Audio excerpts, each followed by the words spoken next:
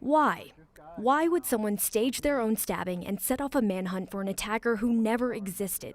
It's what investigators are now alleging a CPW ranger did at Staunton State Park this week. Court records now show CPW wildlife ranger Callum Heskett radioed in a fight on Old Mill Trail Tuesday morning. Through his radio, colleagues heard him yelling things like, "Get back," and "He's fighting me," before saying he'd been stabbed. 6 feet tall, 200 pounds, gray shirt, blue jeans, brown hair. Heskett told deputies a 6-foot-tall man in jeans and a gray shirt cursed at him, attacked him, and stole his knife before stabbing him in the lower left abdomen. Remember that specific detail.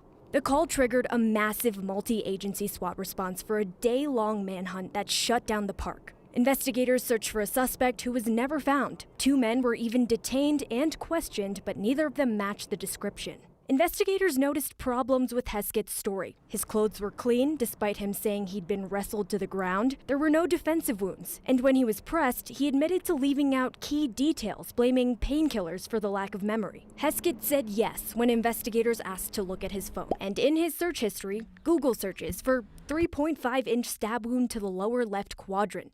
How deep are arteries in lower abdomen? It showed that he viewed Reddit posts relating to stabbing, one of them titled, "Casual question, if someone gets stabbed." Investigators still don't know why, but they do know when Heskett gets out of the hospital, he will be going to jail.